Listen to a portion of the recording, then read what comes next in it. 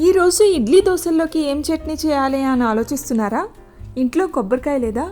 మరేం పర్వాలేదు, ఇలా పల్లీ చట్నీ తయారు చేయండి, చాలా రుచిగా ఉంటుంది. పల్లీ చట్నీ తయారు చేసుకోవడానికి ప్యాన్లో 1 టేబుల్ స్పూన్ ఆయిల్ వేసుకుని వేడి చేసుకున్న తర్వాత 1 కప్పు పల్లీల్ని వేసుకుని వేపుకోవాలి. పల్లీలు వేగడానికి కొద్దిగా టైం పడుతుంది కాబట్టి ఫస్ట్ పల్లీల్ని మనం వేపుకోవాలి. అవి కొద్దిగా రంగు మారేంత వరకు వేపుకున్న తర్వాత దీంట్లో 1 టీ స్పూన్ జీలకర్ర, 2 దంచిన వెల్లుల్లి రెబ్బలు వేసుకోండి. అలాగే 4 ఎండుమిరపకాయలని కూడా వేసుకోవాలి. ఇక పల్లీ చట్నీ మరింత రుచిగా రావడానికి 1 కప్పు పుట్నాల పప్పు. మనం పల్లీల్ని పుట్నాల పప్పుని సేమ్ క్వాంటిటీలో తీసుకున్నాం. ఇది కూడా 1 నిమిషం పాటు వేపుకోండి. ఇవి వేగిన తర్వాత స్టవ్ని టర్న్ ఆఫ్ చేసుకోండి. ఎండుమిరపకాయలకి ఉన్న తొడుముల్ని తీసేసుకోండి. ఇవి చల్లారిన తర్వాత వీటిని మిక్సీ జార్లోకి వేసుకోవాలి.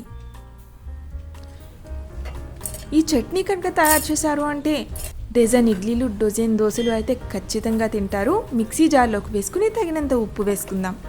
ఫస్ట్ వీటిని మెత్తటి పొడిలా గ్రైండ్ చేసుకోవాలి. ఇందులో తగినంత వాటర్ వేసుకుని చట్నీని బాగా మెత్తగా గ్రైండ్ చేసుకోండి.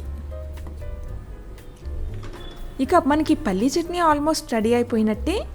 దీన్ని వేరే గిన్నెలోకి వేసుకుని తగినంత నీళ్ళు వేసుకుని చట్నీకి మీరు ఎంత పలుచగా తినాలి అనుకుంటున్నారో అంత నీరు పోసుకుంటే సరిపోతుంది. ఒకసారి బాగా కలుపుకున్న తర్వాత దీంట్లో మనం తాలింపు వేసుకుందాం. తాలింపు కోసం 1 టేబుల్ స్పూన్ వరకు నూనె వేసుకోండి. నూనె వేడెక్కిన తర్వాత ఆవాలు, మినపప్పు, ఎండుమిరపకాయ వేసుకొని వేపుకోవాలి. ఇవి వేగిన తర్వాత కరివేపాకు వేసుకోవాలి.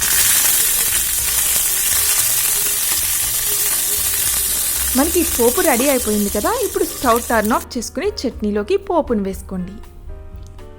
అంతే, రుచికరమైన పల్లీ చట్నీ రెడీ అయిపోయింది. చూసారు కదా, ఇడ్లీ దోశల పిండి కనుక రెడీగా ఉంటే త్వరగా 5-10 నిమిషాల్లోనే పల్లీ చట్నీ తయారు చేసుకోండి. Thanks for watching.